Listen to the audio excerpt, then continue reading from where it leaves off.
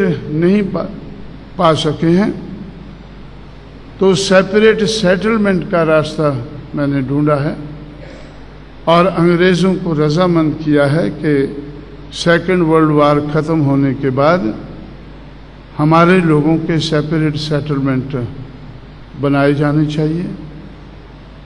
अंग्रेज़ों ने मुझसे कहा है कि 20 साल के अंदर हम ये काम पूरा कर देंगे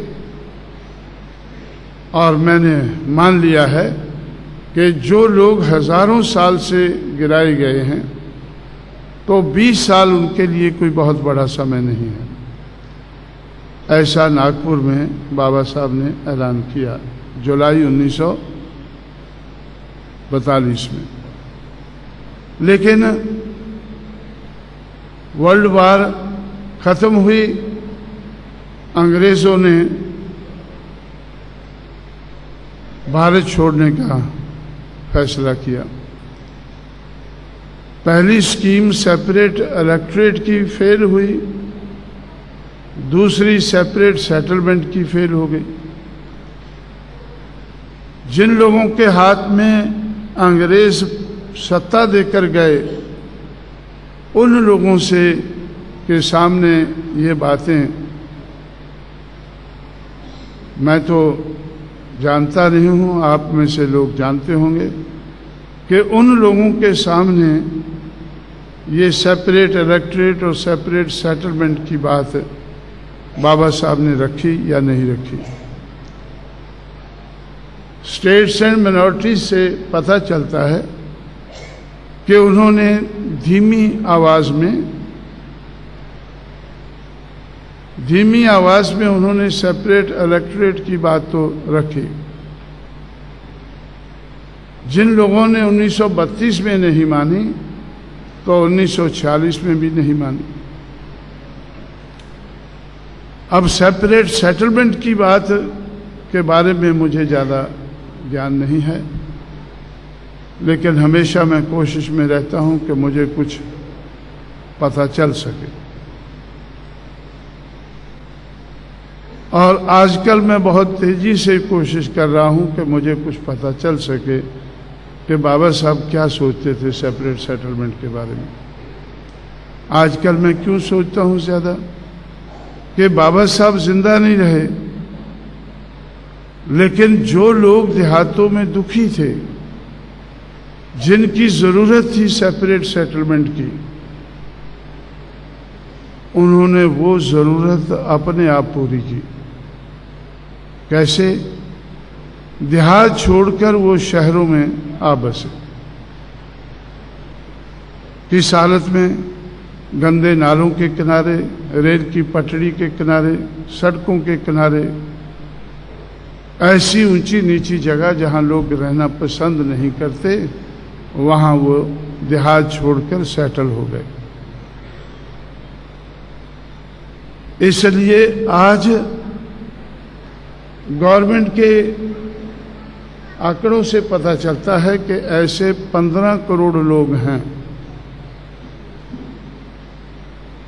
अंग्रेज जाने के बाद आज तक ऐसे 15 करोड़ लोग हैं जो देहात छोड़ने पर मजबूर हुए और शहरों के झोंपड़ों में सेटल होने पर मजबूर हुए। तो सेपरेट सेटलमेंट तो हुए, लेकिन किस हालत में हुए वो भी सोचने वाली बात है। वो भी एक समस्या खड़ी हुई है, उसका भी समाधान करने वाली बात है। इसलिए साथियों, तो हमारे बुजुर्गों के संघर्ष से सबक सीखकर मैंने एक सोच बनाई और उस सोच के आधार पर एक फार्मूला बनाया। उस फार्मूला का नाम है, it is a multiple of three forces, multiple of 3 factors. वो फार्मूला क्या है? N into D into S is equal to change. हमारे बुजुर्गों के संघर्ष के कारण बदलाव आया है। हमारे बुजुर्गों के संघर्ष के कारण बदलाव आया है, लेकिन बाबा साहब अम्बेडकर के जाने के बाद वो बदलाव रुका है, संघर्ष रुका है, और संघर्ष ना होने के कारण वो बदलाव रुका है। अगर वो बदलाव हमें मंजिल तक उसको पहुंचाना है तो हमारे लिए बहुत ज़रूरी है कि हम सामाजिक और आर्थिक गैर बराबरी का अंत करें।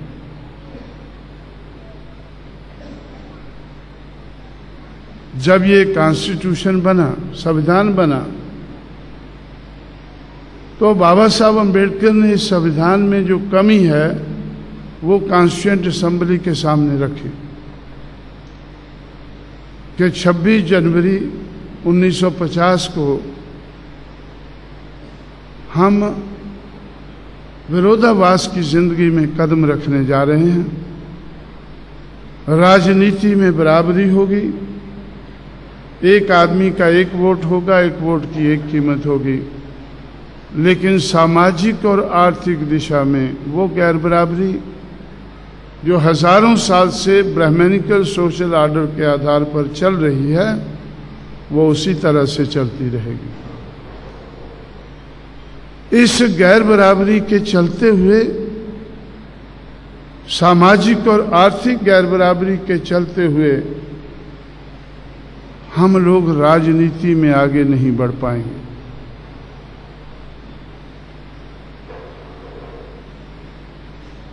यही मैं महाराष्ट्र से देखकर सीखकर उत्तर भारत में गया कि ये लोग राजनीति में आगे क्यों नहीं बढ़ पा रहे हैं, क्योंकि जिस समाज को ये बेस बनाकर चल रहे हैं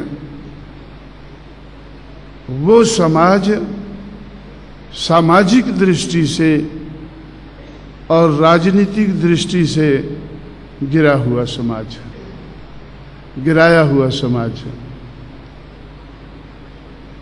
सामाजिक दिशा में, आर्थिक दिशा में गिरा हुआ रहने के कारण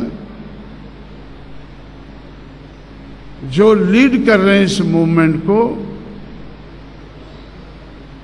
उनका काम मुश्किल है, और उस मुश्किल को सामाजिक और आर्थिक दृष्टि से गिरा हुआ समाज समझ नहीं रहा है।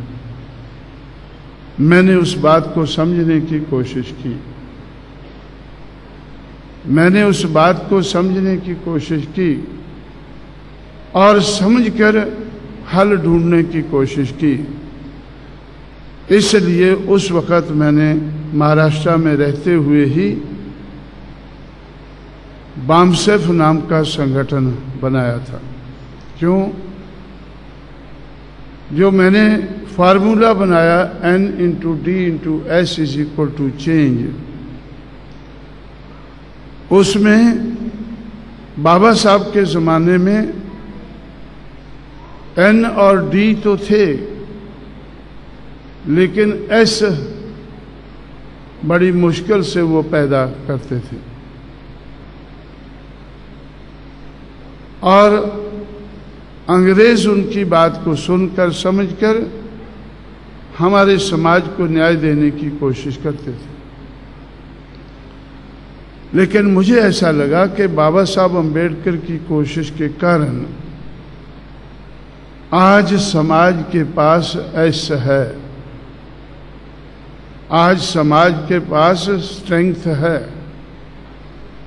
जो स्ट्रेंथ फुले के पास थी, जो स्ट्रेंथ शाहू के पास थी, उस स्ट्रेंथ का सहारा लेकर जो उन्होंने मूवमेंट को आगे बढ़ाया, जो स्ट्रेंथ बाबा साहब के पास नहीं थी, जैसा तैसा करके थोड़ी